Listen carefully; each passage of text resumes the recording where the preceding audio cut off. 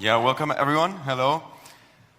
Today was the day where the procurement specialists finally got introduced and enabled to have a 10x impact on their procurement departments. But, what does that even mean, right? 10x era, what does it mean? At the end, it's about to discuss what implications does that have on our everyday life, what implications does that have on the skill set required in the procurement sector, what implications does that have on the outcomes we can expect. And for that, I'm really happy to introduce two people, two experts that have been in procurement for decades. I think they have very different angles.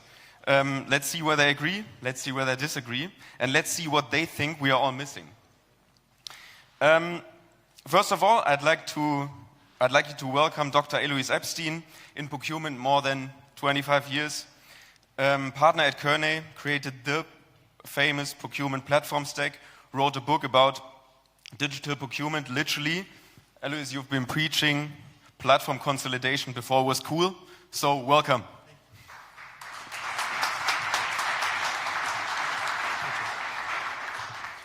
All right, our second guest I'd like to welcome is Dr. Marcell Vollmer, CEO of a holding. He's investing into startups. He's done more than 20 investments into procurement startups. Former CPO at SAP, managed a spend of over 6 billion. Chief Digital Officer in the Cloud Business Group for SAP and former partner at BCG, Boston Consulting Group. Welcome. Thank you very much. Hello. Good afternoon. All right, this panel will be segmented into 3 blocks. First of all, we're going to reflect on the outcomes. What outcome does the 10x buyer have? Right, a very abstract concept we talked about. The second block will be what will be the impact on the skill set of every procurement people. And the third one will be a bit controversial, but let's rise the suspense. I'm looking forward to the panel. Awesome, Niklas. Let's do it. All right, let's start right in. Elouise, what's the one outcome that becomes possible in the 10x era that people aren't talking about yet? I would say, it is what I touched on this morning, that the one outcome is that procurement becomes part of the business. It's not a separate entity, it actually moves into the business. All right. Marcell, you've seen this in this space for decades. Everyone talks about moving procurement from the cost center to a value architect. This is something what Elouise just underlined. Why do you think that becomes real and it's not just marketing? I think it's already in the transition and is becoming real. We see this already that suppliers are driving innovations. It even goes decades back. And therefore, I think it is more and more common that suppliers will also really contribute to the value of an organization. Great examples, by the way, the electric batteries from automotive companies is one great example. But even small innovations like the cafe taps is an example I've used 10 years back, which is a supplier-driven innovation. So therefore, I think this is what we really see, that it's no longer procurement. Okay, this is what we want to do. Please, procurement guys, get it for the best price and ensure that it will be delivered in time and on quality. I think it's much more, as we have seen. The resilience piece, supply chains are changing. So therefore, I definitely believe that this is really in the transition phase for production companies to be very clear. For indirect spend, I would have a different opinion because here the value aspect is not so much. I would here see more the automation. Basically, get rid of procurement might be definitely something which will be reality very soon. And the agentic procurement, what we see, artificial intelligence, definitely are the right steps in that direction. I just want to interject, though, too. I think we miss this nuance that there are a fair amount, maybe 25, 30% of companies are already doing that. They already have made that move to more strategic. And so we tend to look at it as binary, but there's folks that are already well on the way. Okay, fair. So you both agree that basically procurement needs to move, and this movement already started. What I would now find interesting to know, how is the 10x movement now accelerating all of this? As Marcell said, AI is going to drive that. And you can't drive 10x with yesterday's processes, with yesterday's people, with complexity just to preserve jobs. If you're BPOing, that is a signal that you are going the wrong direction. You have to think about, if you're going to 10x, you have to do it with AI, which means declining the amount of people, touch points, all of the aspects that we have spent decades, let me try that again. We've spent decades building complexity and job security for subpar performance. And so there has to be this path to, if we're going to 10x, getting rid of processes that are silly, getting rid of activities that don't add value, and ultimately getting rid of people, not because we don't need people, but because we need different people.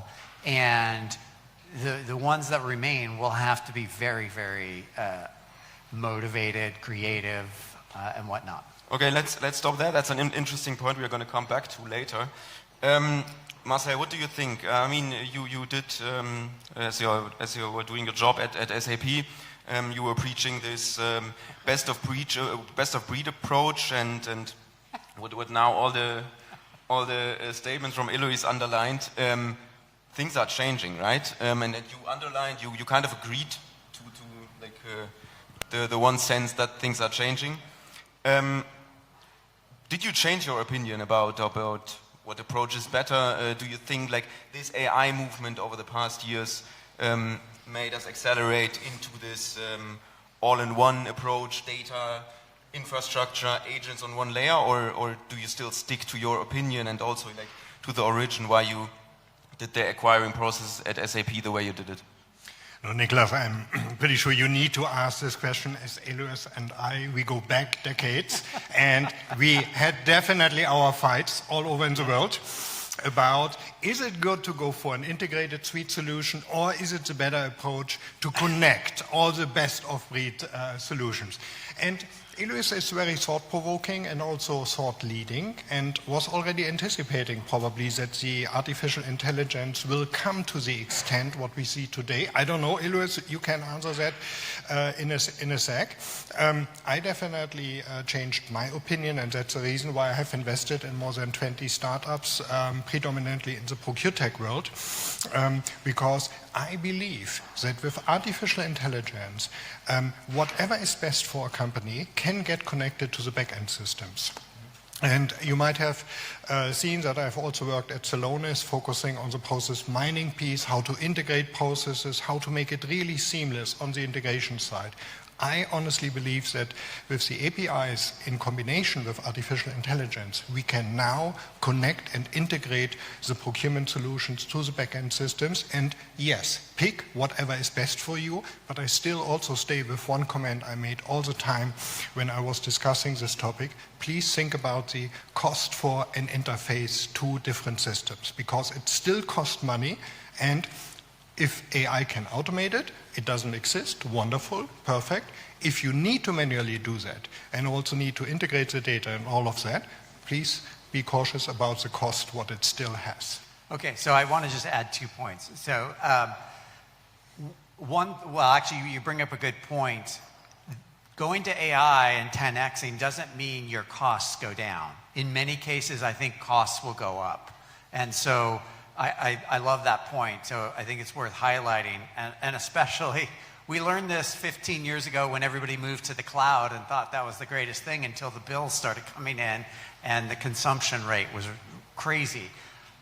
So I think, and then I did not predict where we're going today, although I appreciate you saying that. I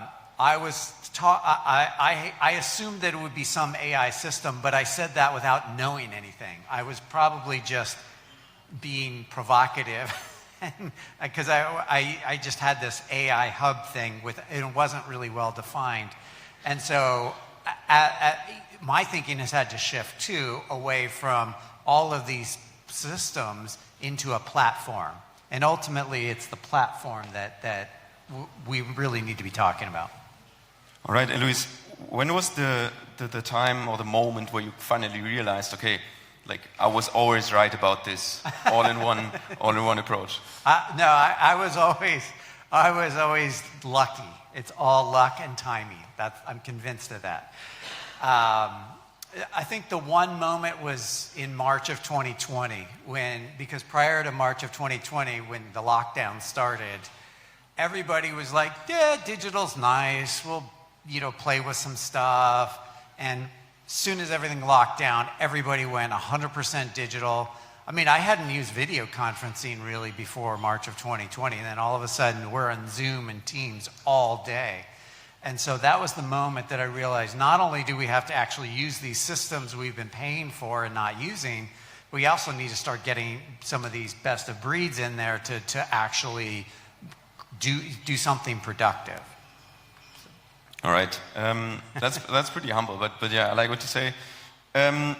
Like for both of you, reflecting, I mean, what you see and hear on a daily basis, what's the biggest misconception in procurement right now, also like in procurement software space right now, about what you see, what you think is possible?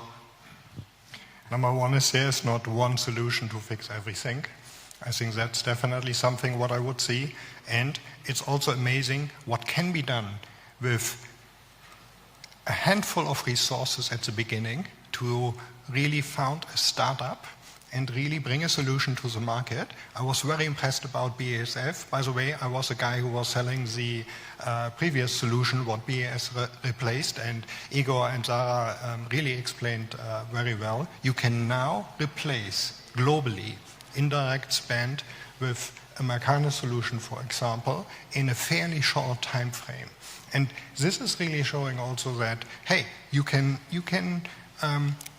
define and develop the right point solutions, and you can grow these solutions and make them fit for organizations like the biggest industry player in the chemical industry, what we have seen. And this is definitely one misconception what I see. It's not that you only need to decide on one solution. Pick the best, what you need for your business to make your business scalable, to get the cost savings, and also where can you leverage the automation with artificial intelligence that you can hopefully reduce the cost base significantly.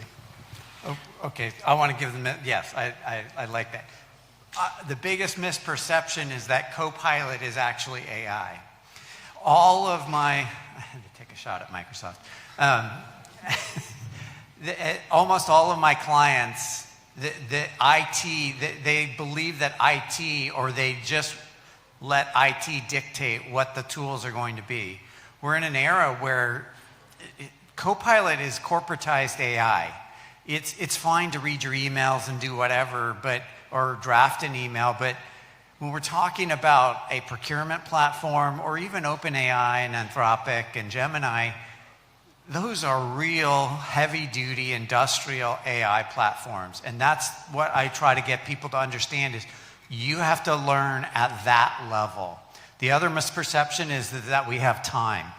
If you're over 40, you don't have time, because the time to learn this is now, because it's going to take a long time for those of us that are older to learn it, but also the time scale to make these transformations. I mean, most of the digital transformations over the last 10, 15 years have failed.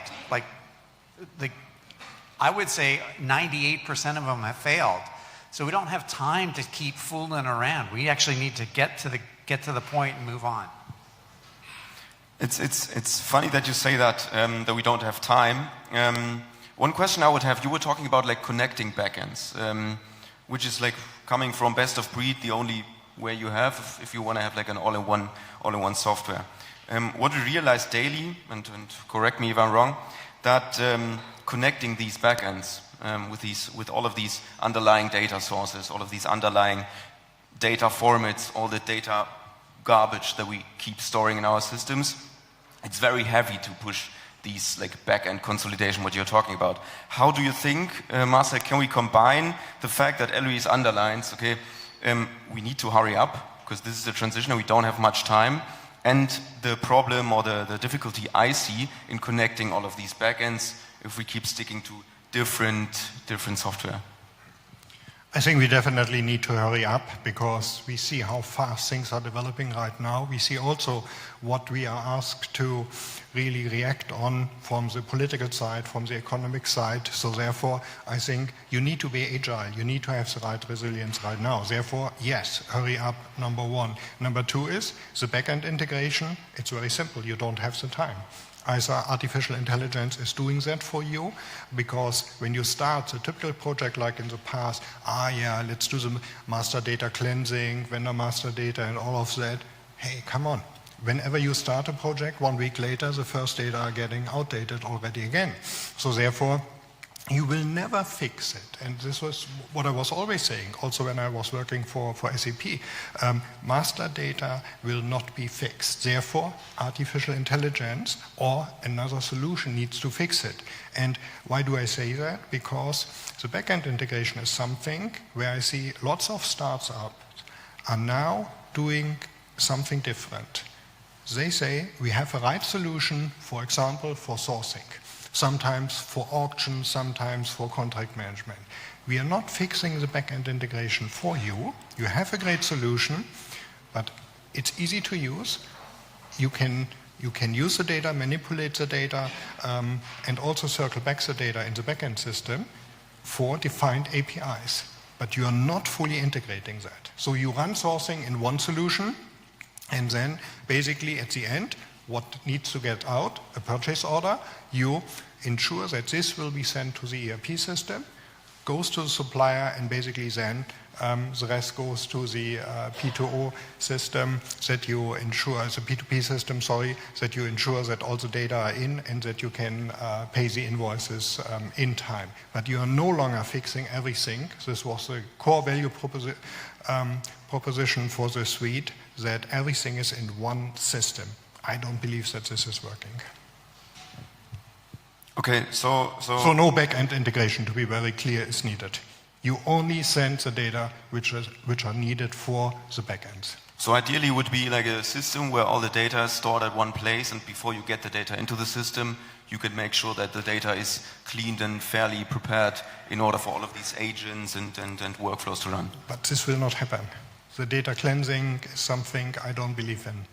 This is really something where I would see either an artificial intelligence can help me with that, or basically I can extract the data I really need. I give you a great example. When I was Chief Procurement Officer at SAP, we had 24 different entrants for one supplier. It was Ernst & Young. And now you can imagine how many ways could come up with EY, how they are called today, you can put in the system. And in Germany, you have Straße with SZ, and you have the abbreviation and all of that. We will not fix it in the way that someone is looking at that. But we will ensure that we can use the data we need to consolidate it and assume that this is a set of data related to the supplier for the sourcing event what we do, or we create the data only in the system where we need it and send it back, that a clean invoice gets out, and also that the accounting can be done afterwards. And this was what I agree. See, we're agreeing a lot. This is new, Elouise. This is new. And I didn't expect that to happen, but yeah, very happy for Harmony. Because we're taking the business logic out of the transactional systems. So it doesn't, like, I agree, we don't have to cleanse the data. Because once we move the business logic out, that's just a fancy database. Which then begs the question, why are we paying 7 or 8 figures, millions and millions of euros for that?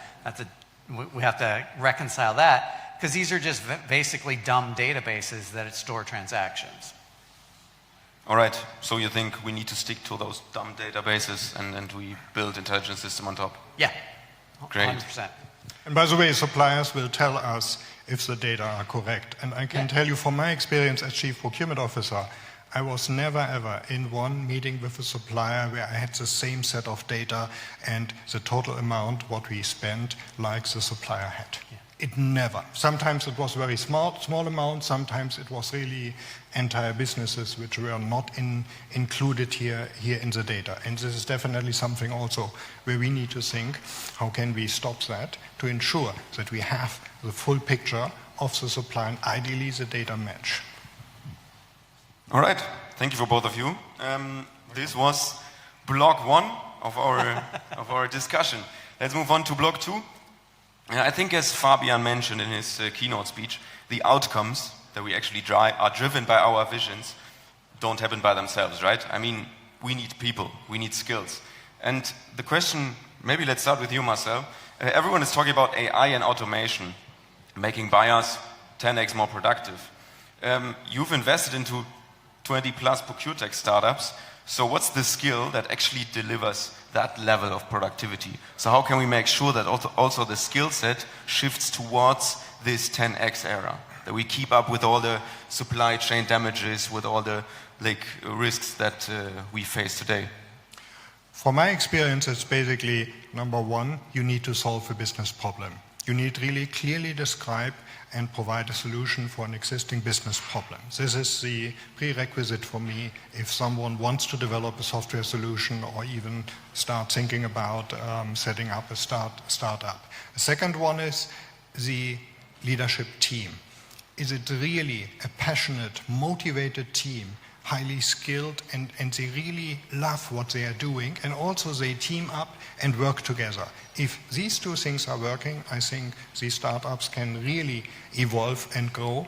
And I would definitely also say that if the leadership team meeting is not really in sync, don't invest and don't do it. Because this is something... What do you mean by in sync?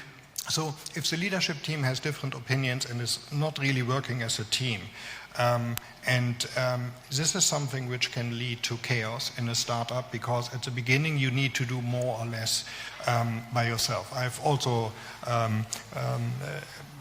set up a startup at the beginning of my career, and I know it. You need to do accounting, you need to do sales, you need to do operations, you need to do all the different functions at the beginning. And you only can do that if you have really people you can trust, and you work closely together, discuss the problems openly, and then come up quickly with a solution. And this is the teamwork, the team building, what you need to ensure. I would invest more in a team which is really aligned and has a passion to drive something with the second best solution, compared to one team with a brilliant solution, but you feel they are not really aligned and not really working on the same piece. They are thinking about, hey, I want to do this, I want to do that, and I've seen this, how startups fail and how startups go, but it's only my small experience what I have from the startups. I had a chance not only to invest but also to review probably 200, something like that. All right. Elouise, for you, I mean, you are a partner at Kearney. If you would advise like a procurement leader today, I mean, we have several procurement leaders here today, to build a new team. Let's start new tomorrow, we build a new team, we hire excellent talent. What do you think, like considering this AI platform thought, what's the skills you would actually hire for? How do you think would procurement specialists, if they want to prepare the best way they could for the upcoming era, what do you think is worth underlining? So let me give you, I want to add a concept here that I think will help answer this question. We think about humans as the ones doing the work and AI augmenting the humans. Like that quote that says, it's not AI that'll take your job, it's the person using AI that'll take your job. But I actually think we've moved on beyond that. We think that we are the center of the universe and the AI will augment us. The first thing we have to do is recognize that actually AI is the one that's going to do the job, and we are going to be the ones influencing the AI. We are not the center of the universe in an AI world. And so when I think about how I would hire, I would hire people that are creative and want to think about they want to think about the problem holistically, which is not what we hire today. And it means existing employees need to recalibrate. And I like to torture myself by looking at LinkedIn. But the one thing that I do is when somebody posts a job, I go look at the skills on the job posting, and they're all yesterday's skills. They're all expertise in I don't know, whatever category, and negotiating and all these skills that don't matter. So we have to start hiring and building career paths for those that are going to be with us. Okay, so talking about not perfect skill levels now, I get it, definitely. If you would need to name 3 perfect things that you would expect in a LinkedIn that you just mentioned, what would it be? Creativity, storytelling, and I actually did see that, and a willingness to learn. You have to be, all of us are going to learn for the rest of our lives. And I don't mean just those of us over 40. I mean, the world is changing so much that we have to be constantly learning. And there's so much information out there that learning, creativity, and I forgot what the other one was, but storytelling. All right. How is storytelling and creativity, I mean, very important skills, right, for every human, and this is what makes us humans unique, definitely. Yeah. This can hardly be augmented. The question is, I mean, if we look at a skill profile of like procurement, I mean, what it's about value driving, right? It's about like procuring in a secure way. It's about driving innovation. How do you think that creativity and storytelling will help us to basically focus on like the procurement team's jobs? Where is the value going to come from? It's going to come from relationships. Mm-hmm. We are physical people living in a physical world. And so at the end of the day, business will continue to run on relationships. I don't need a human to negotiate my SAP contract. I can have an agent do that, or Microsoft or Workday or whoever. We're buying pencils. I guess nobody buys pencils, but whatever. I was going to say floppy disk. Why did that come into my head? Anyway, that shows you my age. I don't need a human to do any of that. But if I'm, you mentioned BASF, like those chemicals, those raw chemicals or the precursors, like there's not that many companies, or if you're a beverage company, there's not that many companies that supply CO2. So that, ensuring that we have the right supply, that's the work to be done, and that's a relationship. And to get people's attention, you have to be able to communicate to them. This is why I hate the stuff on LinkedIn, because it's either work slop or AI slop of just like best practices to do this, blah, blah, blah, and leaders do this, and because it doesn't resonate. It's not useful. All right, yeah, interesting. Marcell, if you compare the skill set of people that you hired earlier back then at SAP as a CPO, and you compare that to how you would advise the startups today you are investing in to hire their teams, what do you think, how does that differ in terms of skill level for procurement, but also in general? I think in general it is the trust which really counts. And you need to have the trust that the people are signing up for the job and really wanna deliver something. And this is the number one skill I would see, besides of what Elouise said, and couldn't agree more on storytelling, and also how do you articulate and bring the message to the people. Probably some of you, I see a lot of millennials here, they might be too young for that, but I remember very well, back in 2007, by the way, it was January, when Steve Jobs was on stage and he was just doing this, showing the iPhone. It was not the Model 14 what I have, but basically this was the way 1,000 songs in his pocket was the first story. And then he removed the keyboards from all the different models in the video, and then he said, by the way, we have one device. 19 years back. This is the story. It was, if you haven't seen it, it's really worth seeing it. It's perfect marketing. It is perfect storytelling, because within less than 1 minute, he has changed an entire industry and disrupted, by the way, lots of businesses, because in the meantime, it's no longer a smartphone. It is a camera, it is a flashlight, it is a GPS, it plays music, you might watch TV on that, and so on. and it is more than 20, what is included here. And this is really why it's important to be able also to tell a story. And not everyone can be Steve Jobs, and I don't want to say that, don't get me wrong, because this would be totally leading in the wrong direction. But basically, whatever you do, you need to tell a story that this is something you believe in, and this is something also how you want to address the message, and position yourself, position your company, position the products, the services, whatever you want to sell. And therefore, it starts with the trust of the people, and then you need to bring the message to the people. Okay, so does that mean now, I'm trying to over-exaggerate now, if you would be hiring as a CEO, as a CPO today, would you hire like a perfect storyteller, like a marketing enthusiast that is really good in building trust and storytelling for your procurement team? I'm not sure if I need a storyteller. Probably when I really want to bring supplier relations to the next level, this is a core competence. I would agree on that. But one thing what I can tell you from my own experience, I was never qualified for the CPO role. I haven't had any procurement experience at all. When I became the Chief Procurement Officer for DAX 30 at this point in time, today DAX 40 global company. And why did I get this job?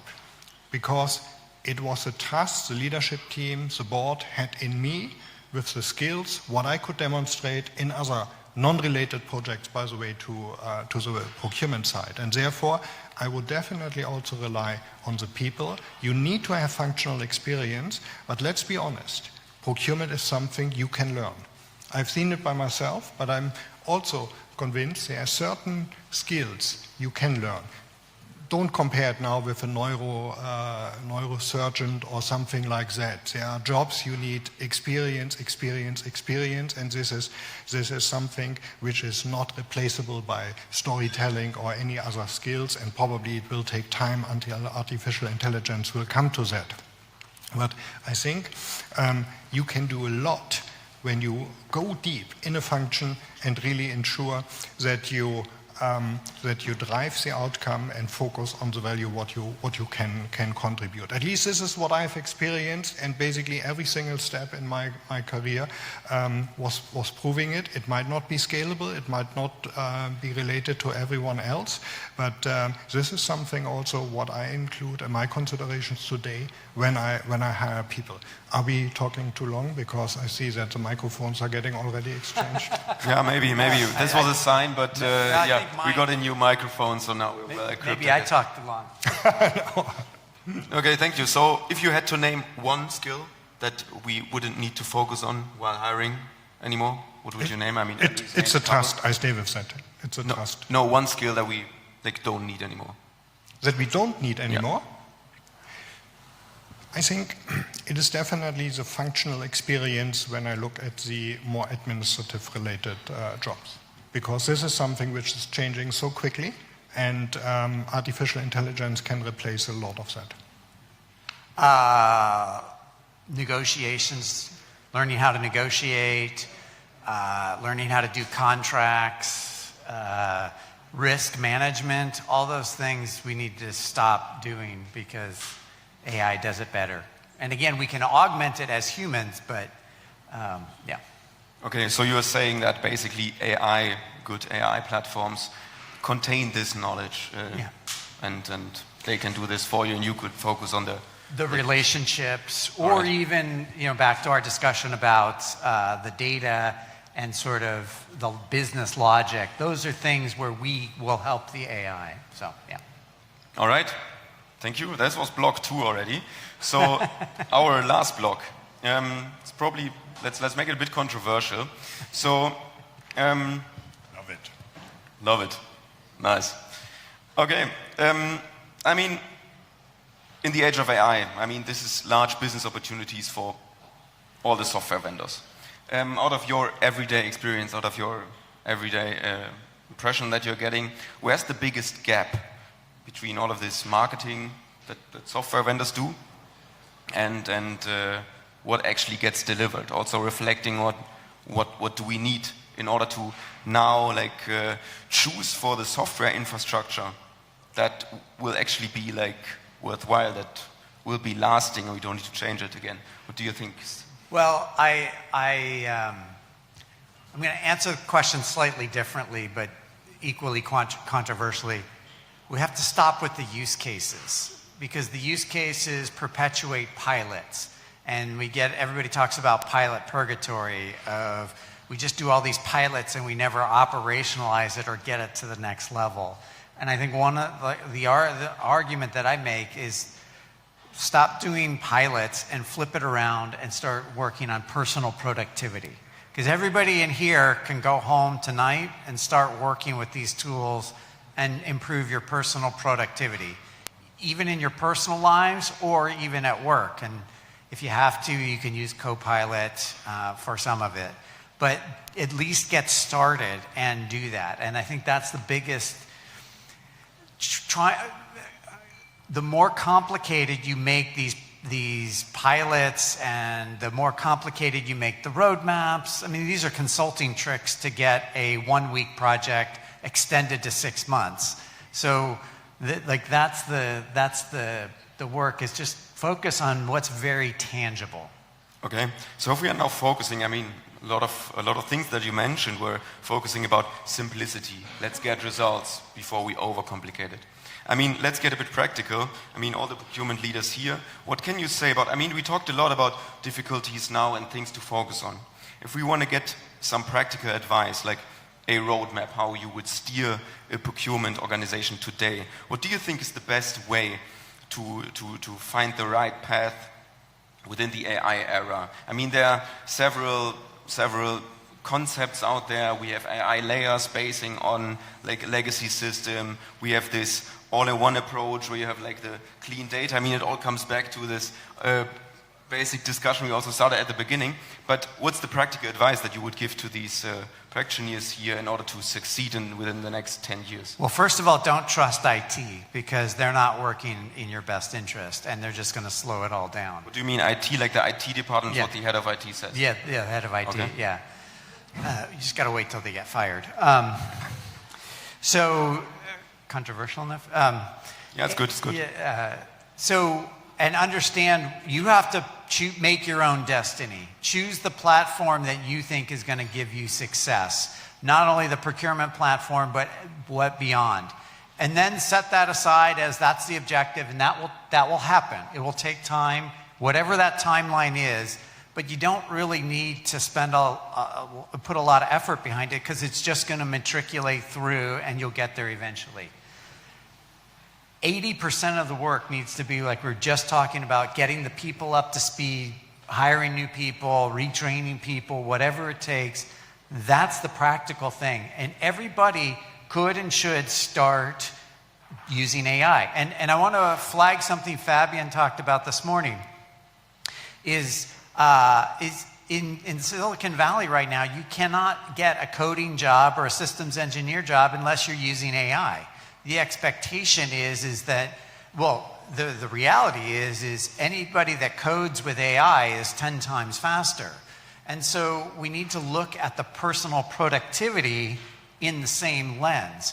If you are doing an analysis or a category strategy or running a sourcing event and it's taking you weeks or months, then you're doing it wrong. There's no reason you can't apply what they're doing in coding the same way with procurement.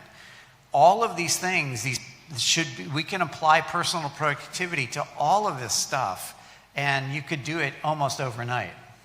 Okay, so you're saying if we take this analogy from coding, that if you want to find a procurement job in the next 5 years, you would need to be able to like keep up with this 10x pace that we are adopting to. Right. I mean, why would you not run a sourcing event every day if you had enough categories? Yeah, and don't include 20 suppliers every time, right? Right. And because I'm not drafting the RFP, I'm not sending the RFP, I'm not managing the responses, so it can almost just work autonomously.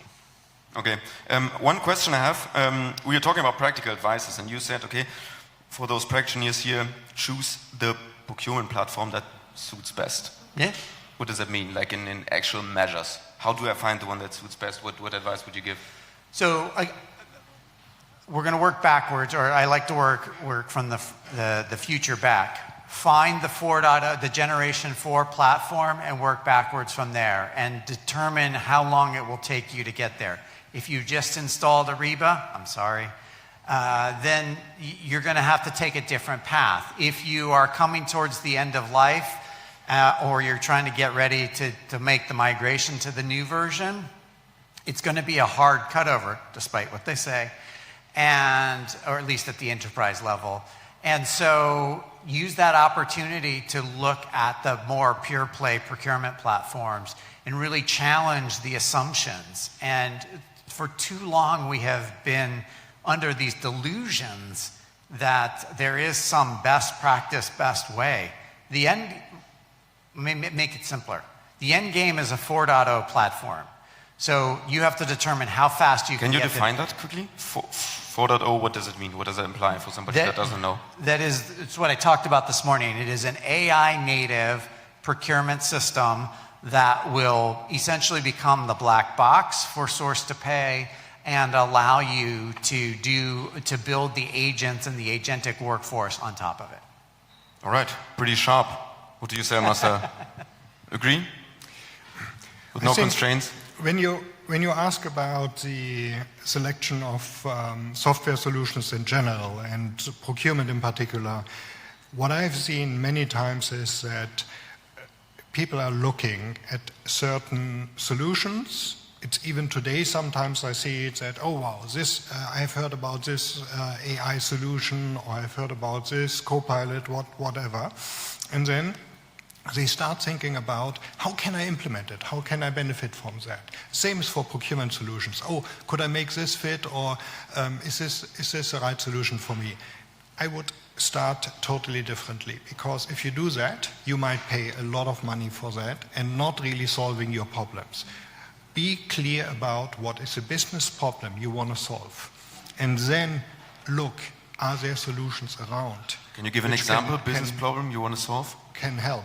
For example, if you want to get a procurement solution because you believe, hey, I need an SRM system or whatever for my company, I would first doubt about that this is the right question. I would say, what do you want to do? Do you want to get more savings out of sourcing events? Do you want to have something which is more integrated and can really scale globally? Is it something where you believe that you can support the business better with the right set of e-sourcing, that you get your arms around on spend areas which are not in procurement currently? These are the questions, and then basically nail it down and say, okay, what is the prioritization now? What do you want to do? What is really the most important thing? Start with priority number one and really work your path down from there. Because if you want to solve everything, what software solutions very often tell you, and by the way, I've told lots of stories about that, there's always a story about the roadmap and there's a story about the reality, what can get delivered in which time. And some of you might have the same experience like I have seen. It's never delivering the full scope, what you have hoped. And the hope, by the way, is also one problem where it starts with. And the second thing is that it might be more expensive than you thought before. And this is exactly where you could go another direction by first clearly articulate what is a business problem, what you want to solve, what's your number one priority, and how can you get a solution on that. Okay, but I mean, I get this from a practical point of view, and this sounds very logic. If we now look back to Fabian's speech this morning, he was basically underlining that since we always work from the business problem and solved it one by one, we ended up implementing thousands of tools. I mean, we saw this fragmented tool stack this morning. How do you think we can combine the necessity that we need to start consolidate, to need to simplify the backend integrations while still coming from that solving the business problem one by one perspective? if you end up with hundreds of solutions, I think something is fundamentally wrong, because what is really your number one priority? What do you want to deliver? What are the KPIs? What you need to deliver back to the C-suite in your function? And I would doubt if this is then so many solutions what you have for your procurement function, to be very, very clear about that. Think about what is it really, what adds the value, and what is now needed. And it was different at the Corona times, where you needed to focus on resilience and alternative sources to supply. It was different in the time before, where everything was about savings, savings, and savings. Still, savings are very important, but basically you have limited resources and you need to focus. What do you really want to do? Do you want to go after the top spend, what you have, or do you really want to also go for the B and C spend, what you want to cover? And this is what you need clearly to define, to prioritize, and this is, for my belief, where you can pick and define the right roadmap for you. What is it now for this year in this situation the company is in? And some companies might grow, some companies might decline, and there you have a different cost pressure.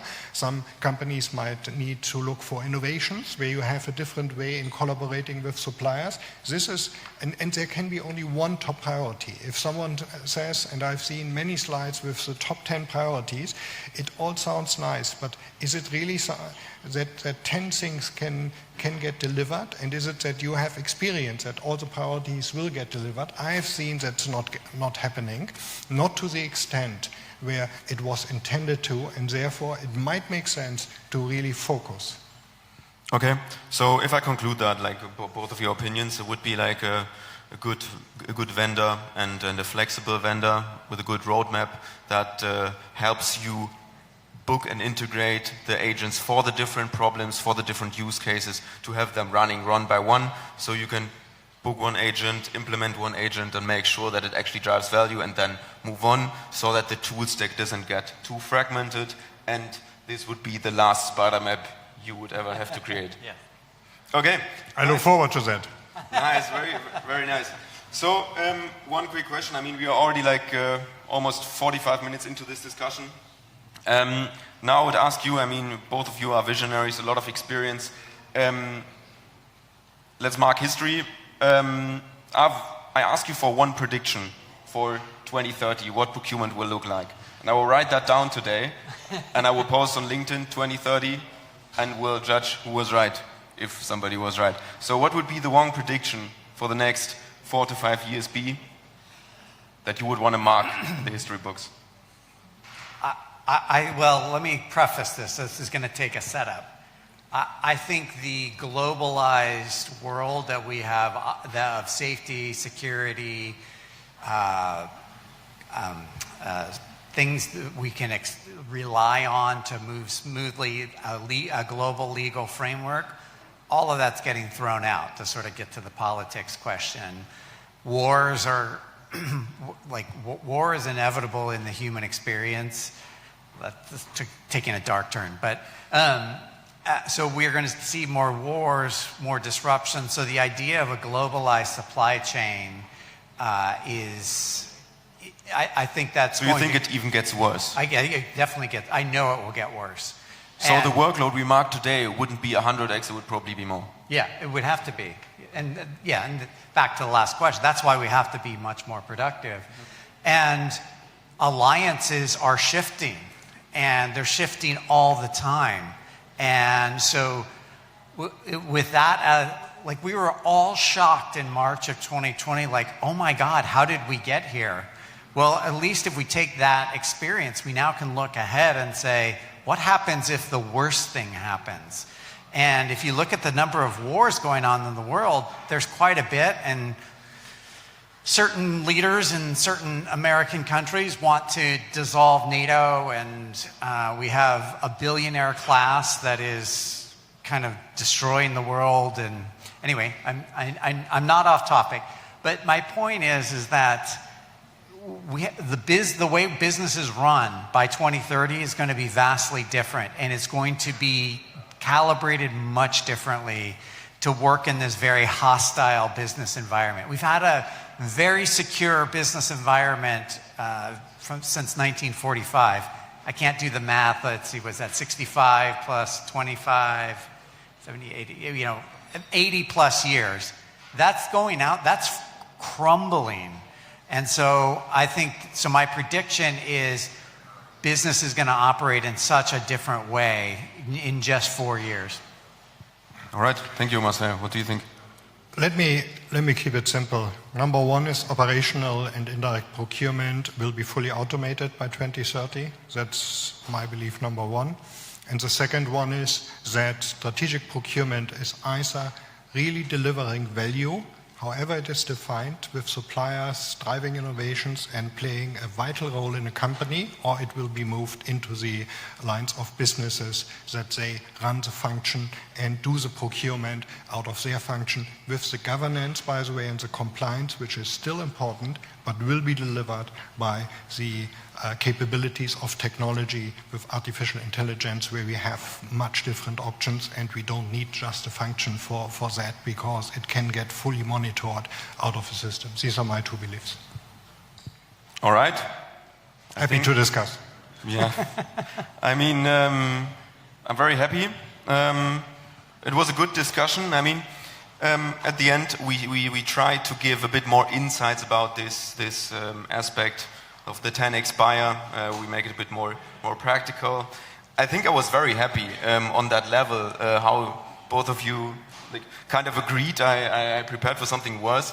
I was very happy to have you here. I think at the end, it's for every procurement leader, it's on their own to define, okay, what does that mean for my company? I mean, at the end, we are all same, but at the end, everything is also different. So I think it was good insights that both of you provided us today with. And yeah, please have a good applause for these two great practitioners. Thank you. Thanks, Niklas. Thank you very much. Thank you. Thank you.